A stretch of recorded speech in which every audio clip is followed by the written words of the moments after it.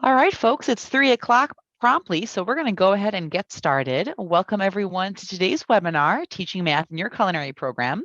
My name is Emily, and I'm going to be your moderator today. And of course, I'm joined by Denise Dubois, who will be sharing some great information on teaching math with everyone today. Before we get started, I just wanted to cover a few quick housekeeping items. First of all, today's session is being recorded, and everyone on today's presentation will receive a copy of that recording, along with a certificate of completion that you can utilize to demonstrate your time spent in today's presentation. You'll also receive a link to Denise's presentation slides, as well as any other resources that she shares with everyone today. That said, I will go ahead and turn things over to Denise, who will share some awesome information on teaching math in your culinary program. Thank you, Emily, and welcome everyone to our session this afternoon on teaching math in your culinary program. We'll begin by sharing some ideas and some links with you about best ways to reach out and teach Generation Z in general. Then we're going to move on to some ideas and best practices for teaching some of those basic math review skills, fractions, decimals, and so forth.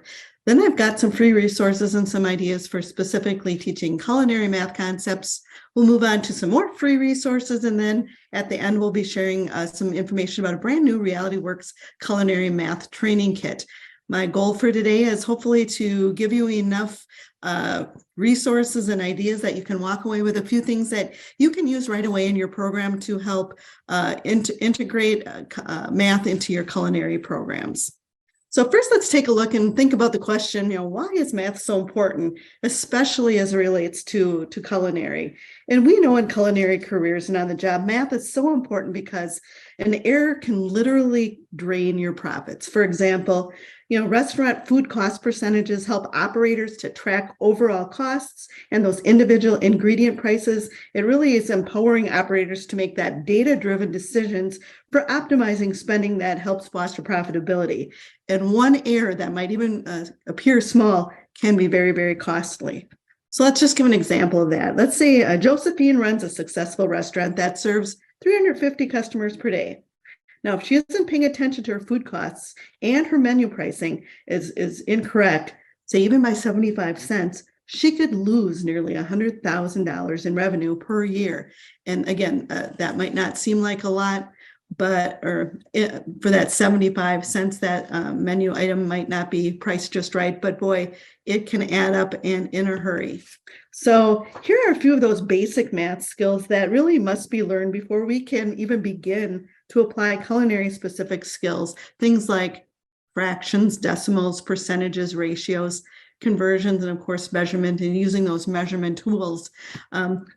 Students many times learn these things earlier in their educational experience and sometimes may not revisit them again for a very long time, forgetting about some of these very important math concepts. And when they come to you, you need to review them before you can even begin to teach the content that you need to. So let's take a look at a quick little clip here. And as you watch this, think about, do your students act like this when you teach percentages? Today, we are going to learn about percentages. And for an example, let's take the recent unpleasantness. Supposing there were 1,000 Wonka bars in the world, and during the contest, you each opened a certain number of them. That number is a percent. Everyone understand? You, Madeline Durkin, how many Wonka? So do your students groan when you're going to do percentages? So here's another short clip that this time I want you to think about, how could you use something like this to teach percentages or even fractions? But mellowing out was not in the cards.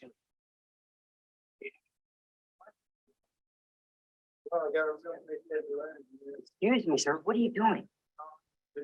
I'll tell you what I'm doing. I want to buy 8 hot dogs and 8 hot dog buns to go with them.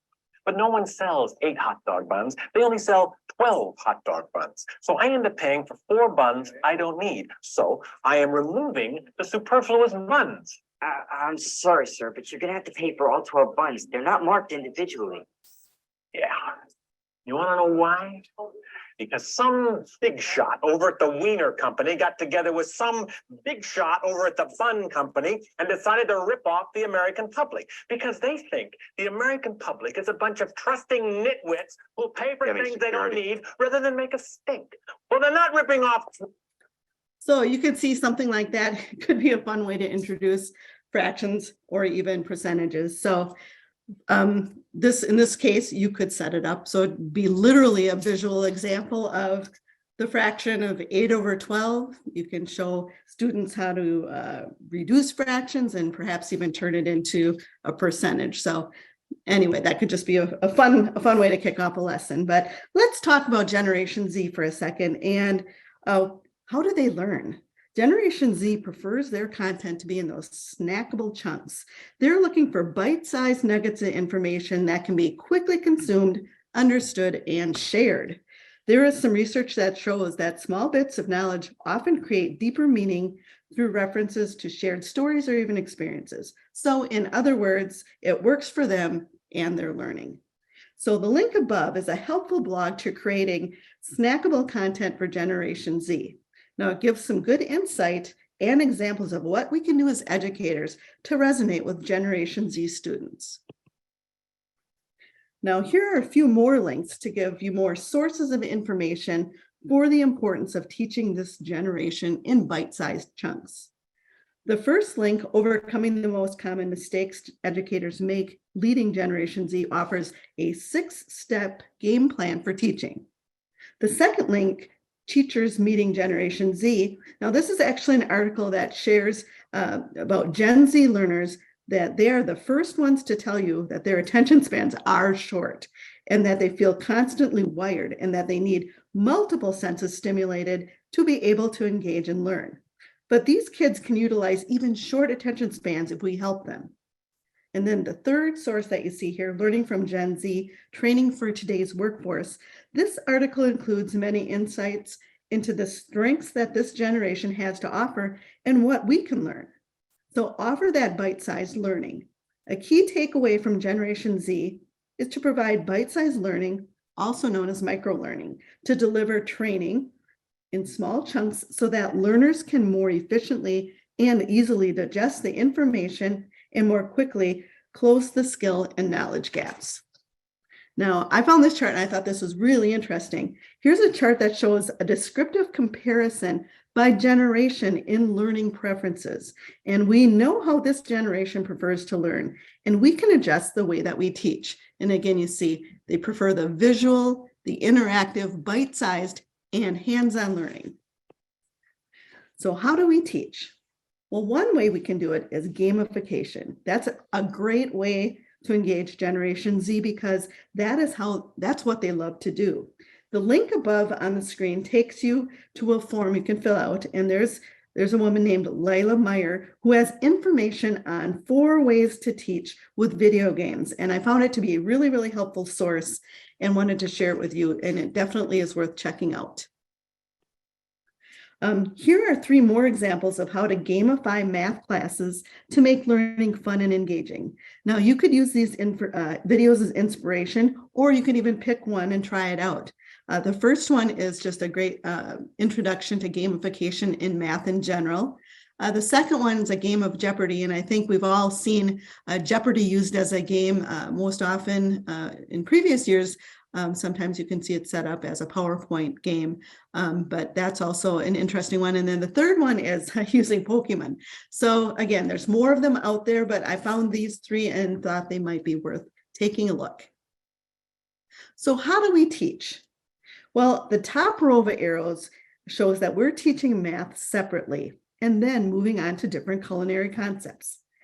Now, this way gives students the idea that math is not an integral part of the culinary process, and students may not grasp that they'll be using these skills over and over in culinary courses and also on the job. But the second row is the suggested way of teaching.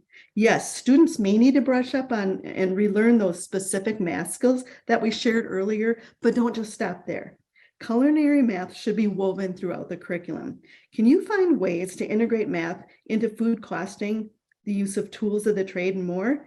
you really can't do culinary without doing math. And the more opportunities that your students have to see the connection, the better. So one suggestion that we have for teaching is try to do it smarter when you can.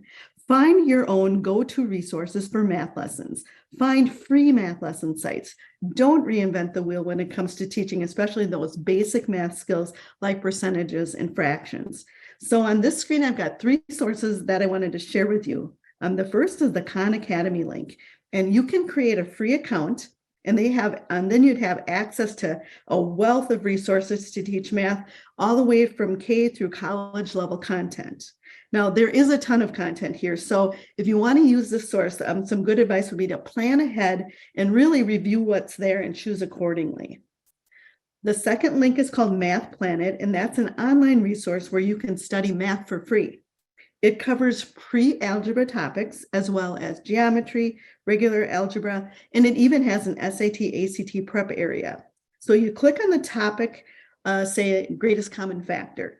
And when you do, it has examples, and many of the topics also embed videos as well.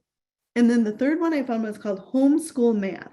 And it's really a comprehensive math resource site for homeschooling parents, teachers, but it includes things like free math worksheets. It has lessons, online math games. It has ebooks, a curriculum guide, reviews, and really a whole lot more. So the resources here seem to emphasize understanding of concepts instead of just mechanical memorization of rules.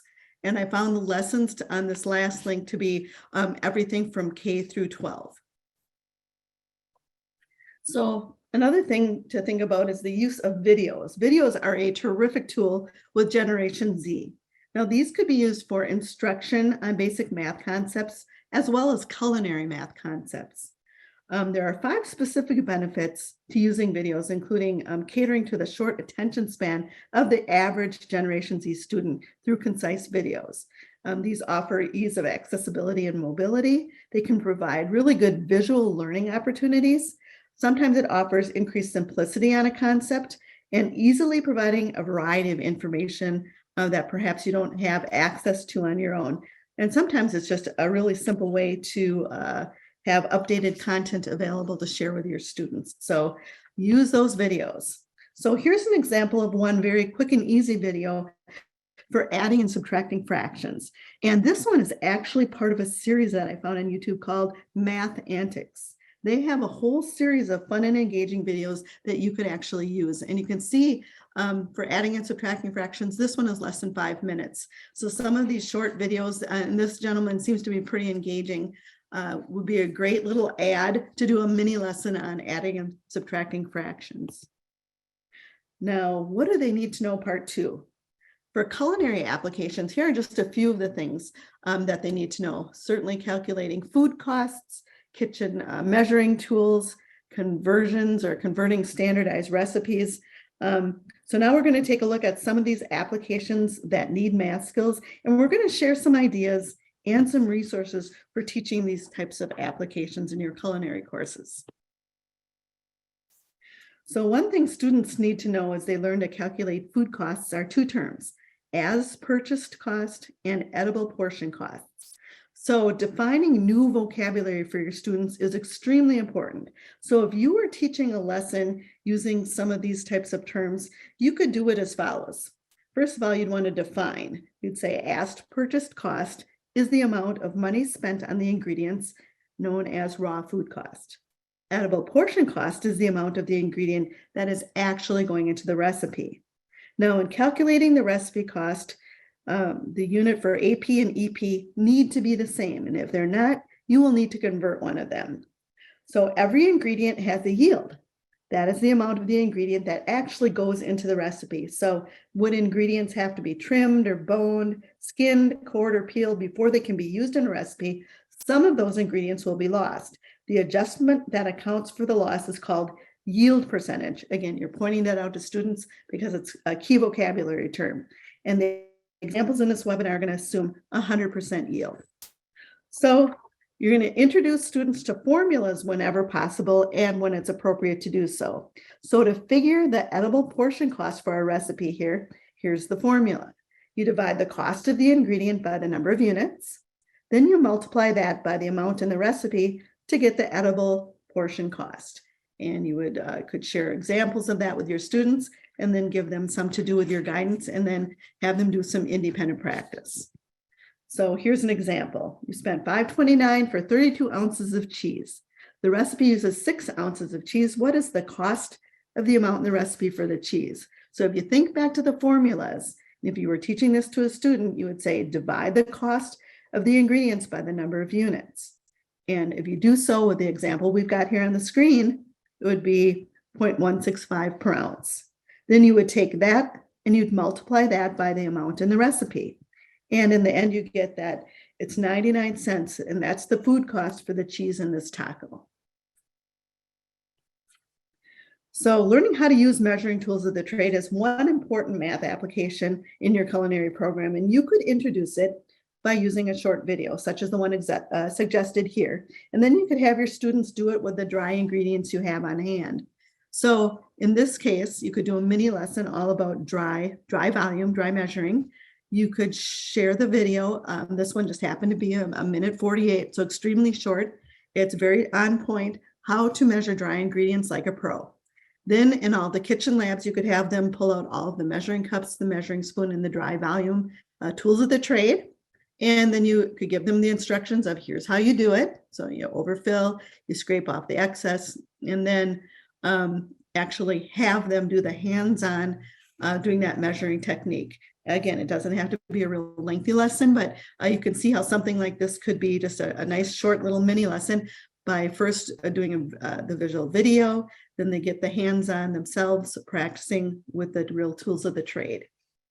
You could do the same type of approach with liquid volume. And in this case, I found another really short video, how to measure liquid ingredients for beginners, just a minute long, but it gets right to the point. And again, you could get out all of the different tools or things that you have in the kitchen labs, have students learn how to do liquid volume. You tell them the instructions, and then they could go ahead and they could practice it in their kitchen labs. So again, very quick and easy to do.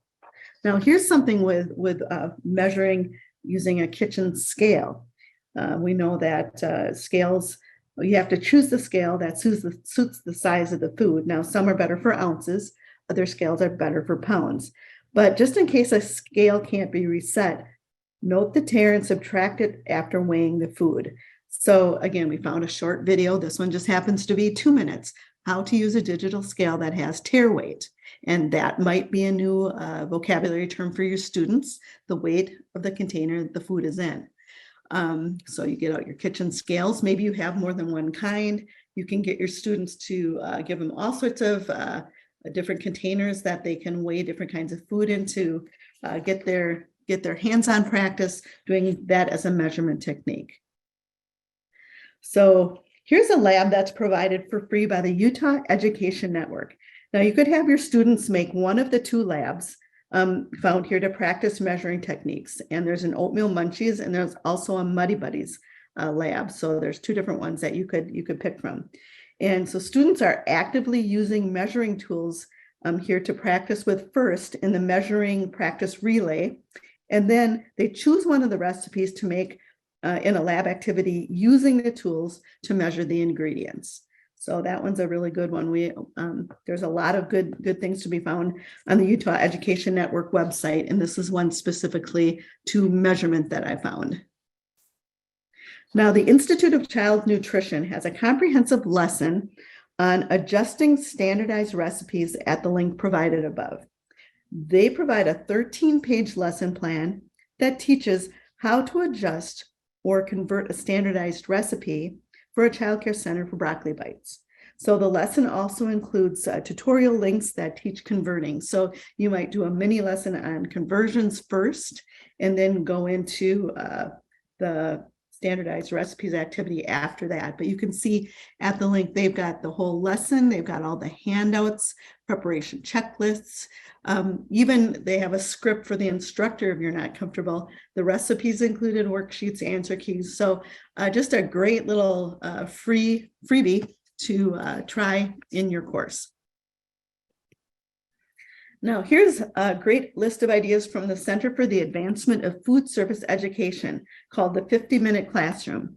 And contrary to what your students might think, life is really not like Hell's Kitchen where food can be discarded in large amounts. So here are 8 easy and effective ways to teach basic food cost principles that will really serve your students well. And I'm going to go through all 8 and explain in some of the detail what this instructor does. And there's a lot of just little gems in here that are really good. So number 1, start at receiving. She suggests if you receive product from outside vendors into your classroom, have students take turns checking in the product.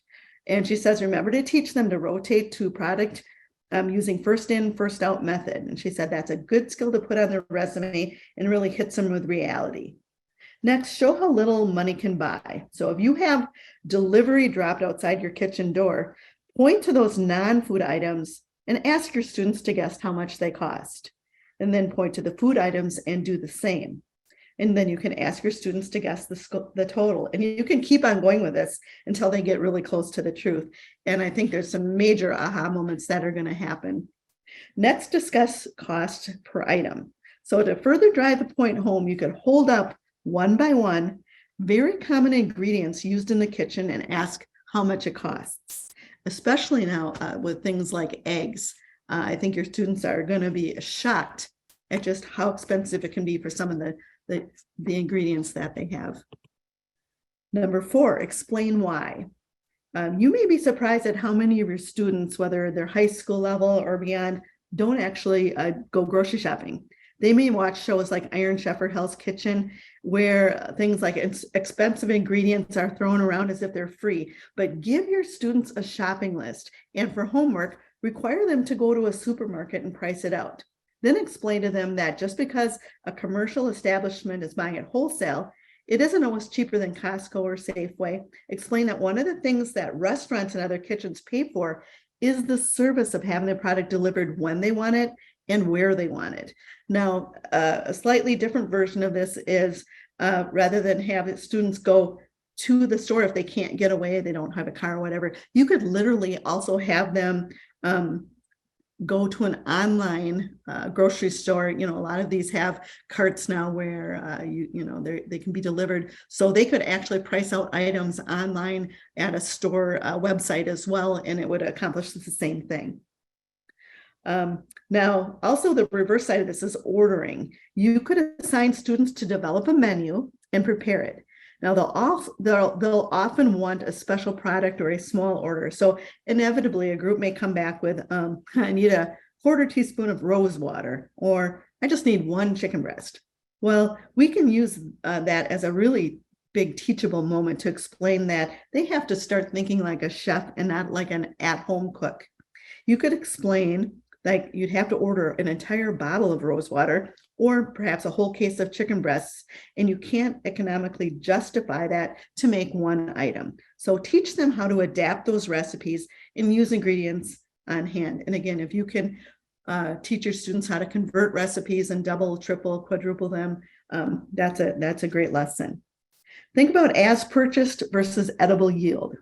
Now, students think that if they pay $2 for a 1-pound head of cabbage, that the food cost is $2 per pound. But you can demonstrate the difference by weighing the whole cabbage and then having students calculate what it costs per ounce. And then you can remove the outer leaves and trim out the stem, reweigh it, and have students recalculate the cost per ounce. Very eye-opening. And if you have the budget for it, you could even do this with something that has a very high non-usable portion, like a bone-in leg of lamb. Again, they'd be very, very aha moments of what that would be. Sharpen their pencils. What I mean by this is take 1 or more of the dishes you've demonstrated that students have recently prepared, and then give them invoices for the included items. Have your students in groups or individually calculate what each plate cost. If you want to have more fun, you can have them guess the cost of each plate before doing the calculations. Now, you can also make your students cost accountants for a day. So you could give them a series of recent invoices, and then you could have each student, a pair of students or group prepare a menu for a dinner for 8 people. Then have them calculate the actual food costs based on as purchased versus edible yield. So I felt this link here had so much good, or so many good gold nuggets in it for weaving some culinary math into your lessons, that I wanted to highly recommend that you go out and check it out. Now, we've shared a lot of different other sources, but we recently have launched a brand new product. It's our culinary math training kit that we want to share with you. And it's a supplemental kit. It teaches culinary math and basic math concepts in approximately a 1 to 2 week unit.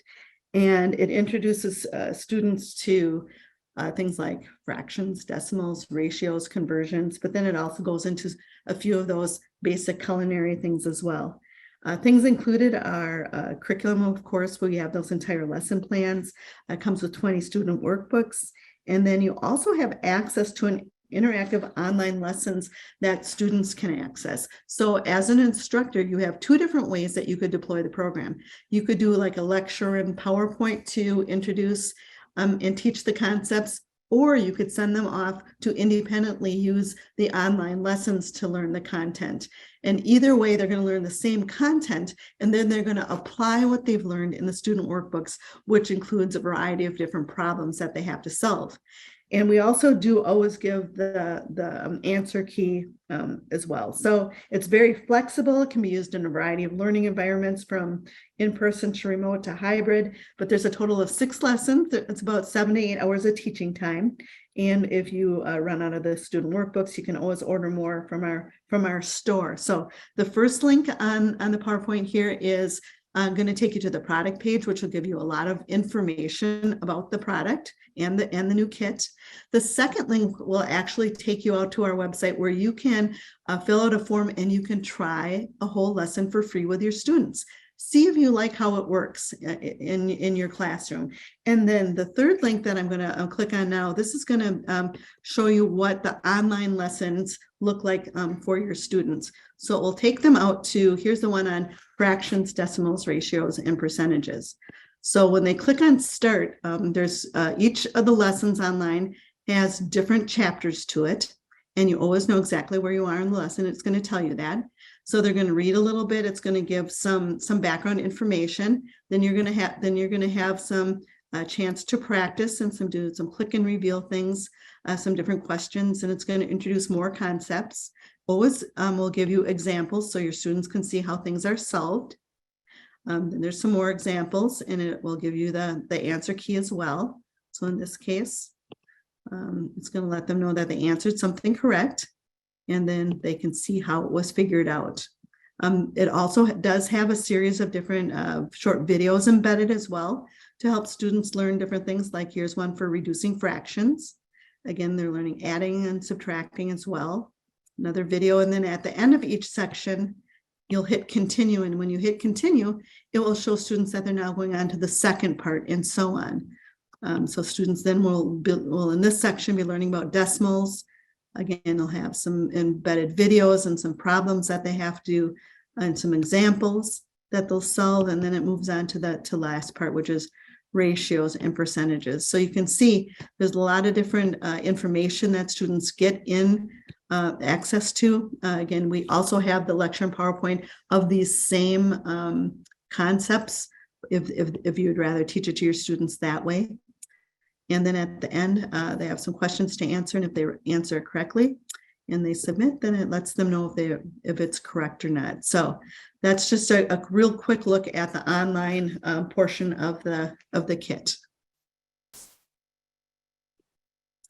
So we're not quite finished yet. We've got a few more free resources that we want to share with you today before we sign off. One source is ongoing Realityworks webinars. Every month, we have some free webinars that you can sign up just like you did today. We have one in our archives specific to culinary called Using Classroom Kits to Grow Your Culinary Toolbox, but we have many, many more topics available as well. So don't forget to look in the archived section as well as the upcoming live section. And we also have a few free infographics available. We have one specific to culinary and food science careers.